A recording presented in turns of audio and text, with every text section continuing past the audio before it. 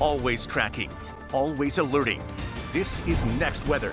Well, the time is 12:15, and as we open up the windows here in the Ocean Bank Next Weather Sphere, we see another steamy day for us here in South Florida. We were tracking a few showers and storms that were closer to the coastline earlier this morning, but now they are continuing to push further inland, and I think that's overall going to be the trend as we go throughout the rest of the day. It is going to be a warm weekend ahead for us here with a few stray to scattered showers in the mix, at least for the first part of the weekend, because as we make our way to the back half of it, I think that Saharan dust will have fully moved into the area, and that will come with some maybe slight air quality concerns, but overall drying out the atmosphere for us.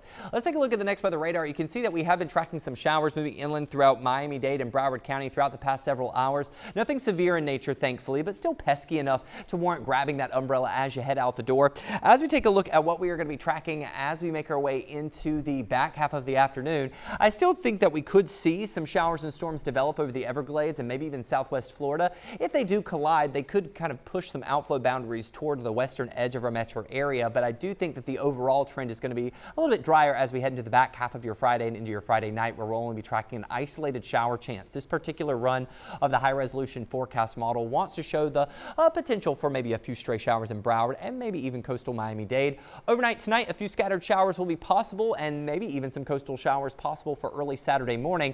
But then that Saharan dust starts to move in. The wind pushes most of the activity that we'll see out over southwest Florida and maybe the Everglades, and then I think that drier air will start to arrive by Saturday evening for us. If we're walking the dog this afternoon, Crawford looks like Crawford would prefer to stay inside on the couch with a blanket. And honestly, I'm right there with you, Crawford. I don't blame you, especially when we're talking about temperatures in the lower 90s with a few scattered showers and storms, once again favoring further inland areas.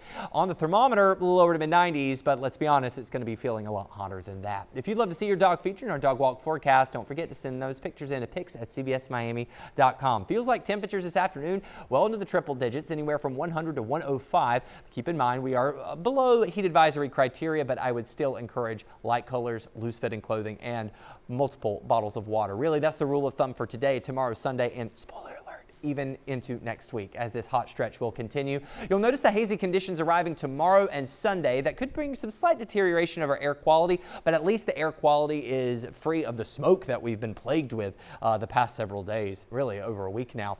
If you are heading out to the beach today, moderate rip current risk with an extreme UV index rating. For my boaters, no alerts on the waters in the Florida Keys nor the Atlantic waters where we have a moderate chop. And speaking of the Atlantic waters, we are continuing to track the tropics for you, and I am happy to announce there are still no areas of concern over the next 7 days in the Atlantic. Now, what we are tracking in the Atlantic is that Saharan dust. In fact, you can see it on the GOES satellite imagery here. As I pull it up, you will notice that we are seeing that haze that's mostly closer to Puerto Rico and Cuba. This is moving in our direction, and as it does so, like I said, it's going to deteriorate our air quality slightly and also bring hazy conditions. We'll start to see it move in later today, but I think the thickest stuff will be arriving as we make our way into Saturday and Sunday, and then it will slowly start to clear as we make our way into the beginning of next week. Speaking of which, if we take a look at your extended forecast, you'll notice lower to mid 90s over the weekend, and then as we make our way into next week, only a 20% shower chance on Monday. We hold on to the 90s as the rain chance ramps up starting Tuesday.